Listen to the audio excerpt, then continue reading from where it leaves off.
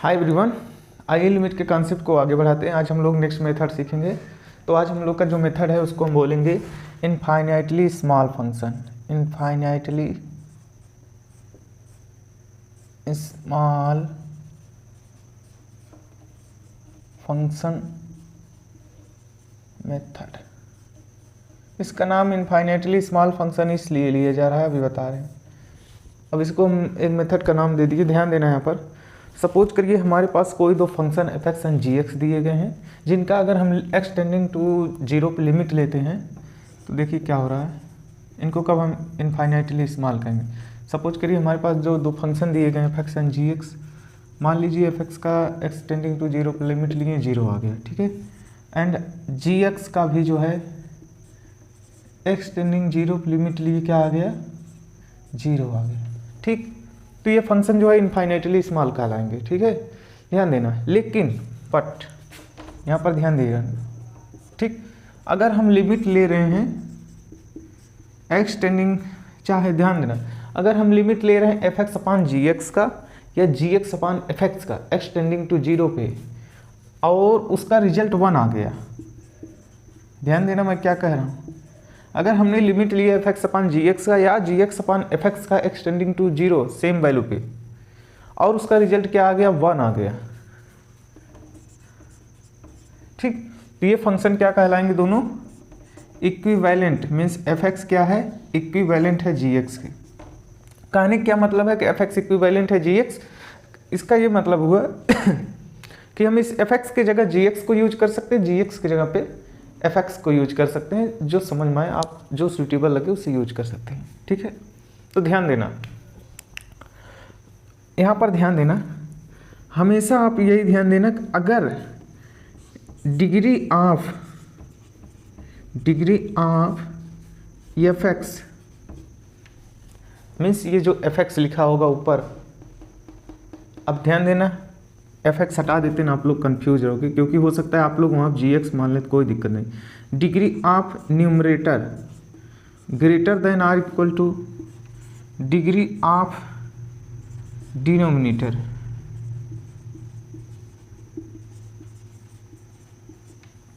अगर degree of numerator या degree of denominator, ठीक है, ध्यान देना, अगर degree of numerator greater than or equal to degree of denominator है, साथ ही साथ ये कंडीशन सेटिस्फाई कर रहे हैं, तो आप एफ एक्स के जगह जी एक्स को लिख सकते हैं। चलिए देखते हैं, अगर हम एफ एक्स को जी एक्स से रिप्लेस करेंगे तो वो कौन कौन से फंक्शन है। ध्यान देना, फंक्शन और उनके इक्विवेलेंट फंक्शन,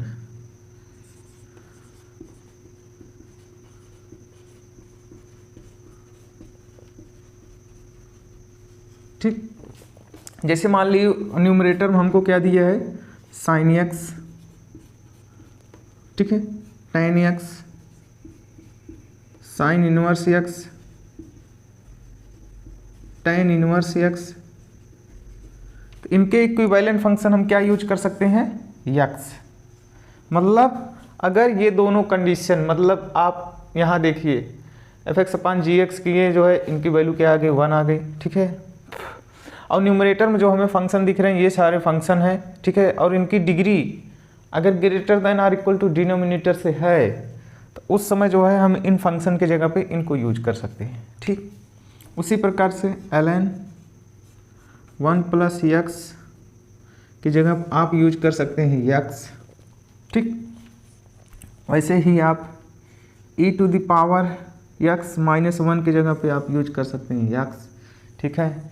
वैसे ही आप log of 1 plus x to the base a की जगह पे आप यूज कर सकते हैं log e to the base a. आप a to the power x minus 1 की जगह पे लिख सकते हैं क्या, x ln a। एक और इक्विवेलेंट फंक्शन लिख सकते हैं, ध्यान देना, यहाँ पर लिख दे रहा हूँ 1 माइनस कॉस एक्स की जगह आप एक्स स्क्वायर बाई 2।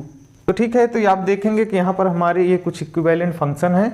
जब अगर हमारे दिए हुए लिमिट के क्वेश्चन में न्यूमरेटर में जो फंक्शन दिए रहे उसका डिग्री डिनोमिनेटर की डिग्री से ज़्यादा या उसके बराबर है, साथ साथ इस तरह के फंक्शन दिख रहे हैं तो हम इनके इक्विवेलेंट फंक्शन का यूज करके लिमिट को सॉल्व कर सकते हैं। आइए क्वेश्चन लेते हैं और इस कॉन्सेप्ट को क्लियर करते हैं। तो ये हमारे पास कुछ क्वेश्चन हैं, ध्यान देना।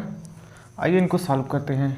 जैसे यहाँ पर देखिए कह रहे हैं limit of tan x/x x tending to 0 पे, तो आप देख रहे हैं न्यूमरेटर का पावर डिनोमिनेटर के बराबर है तो हमारा काम चल जाएगा। न्यूमरेटर का पावर अगर डिनोमिनेटर का पावर से ज़्यादा रहे तब भी चल जाएगा, कम नहीं होना चाहिए। और साथ ही साथ आपको इस टाइप के फंक्शन दिख रहे हैं, अगर आप इनका एकांत मतलब अकेले लिमिट लें एक्सटेंडिंग टू 0 पे तो 0 हो जाएगा, इसका भी 0 लेकिन अगर इनका एक साथ लेंगे तो 1 हो जाएगा। तो आप क्या करेंगे, इस tan x को रिप्लेस कर सकते हैं। हाँ, हमारी पहली कंडीशन क्या होती है कि लिमिट में टेंडिंग वैल्यू को डालना है। अगर इंडिटरमिनेंट फॉर्म आ रहे हैं तभी ये सब मेथड अप्लाई करनी है। पहले डाल के वैल्यू चेक करेंगे, tan 0 0 हो गया, ये भी 0, मतलब 0/0 फॉर्मेट कन्वर्ट हो रहा है, तो इसका मतलब अब हमें इसे सॉल्व करना है। अब सॉल्व करने के लिए कौन से मेथड सूटेबल लग रहे हैं उसको दिमाग में रिमेंबर करेंगे, उसके बाद उसे अप्लाई करेंगे। तो आइए यहाँ पर हम क्या करते हैं, tan x का इक्विवेलेंट क्या होता है x, तो x/x ये क्या हो गया 1। वैसे ही हम इसको सॉल्व करते हैं।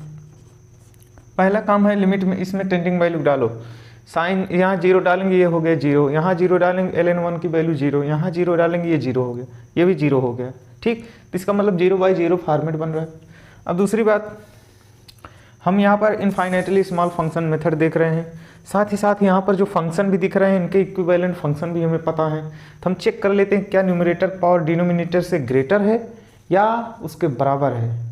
तो आप देखेंगे कि उसके बराबर हो रहा है, कोई बात नहीं, अगर बराबर हो गया तो हमारा काम चल रहा है, या ज़्यादा भी हो जाएगा तब भी चलेगा। तो हम क्या कर सकते हैं, यहाँ पर इनफाइनाइटली स्मॉल फंक्शन मेथड लगा के इनके इक्विवेलेंट फंक्शन को यूज करके इसे आसानी से सॉल्व कर सकते हैं। तो आइए लिमिट, इसका इक्विवेलेंट क्या हो जाएगा, sin x का x होता है sin 4x का 4x, ln1 प्लस x का x होता है तो ln1 प्लस 3x का क्या हो जाएगा 3x। यहाँ पर tan x का x होता है तो tan 7x का क्या हो जाएगा 7x, ठीक, अपान sin inverse 2x, sin inverse x का x होता है तो sin इनवर्स 2x का क्या हो जाएगा 2x एक्सटेंडिंग टू 0, ठीक। हम इनको आप थोड़ा सिंप्लीफाई कर लीजिए। लिमिट यहाँ पर देखिए 4 3 7 7 14 x/2x एक्सटेंडिंग टू 0। आप देख रहे हैं ये कट रहा है, 2 7 14 7 इसका आंसर आ गया, ठीक है। वैसे ही आप यहाँ पर देखिए सेम प्रोसेस लगाना है,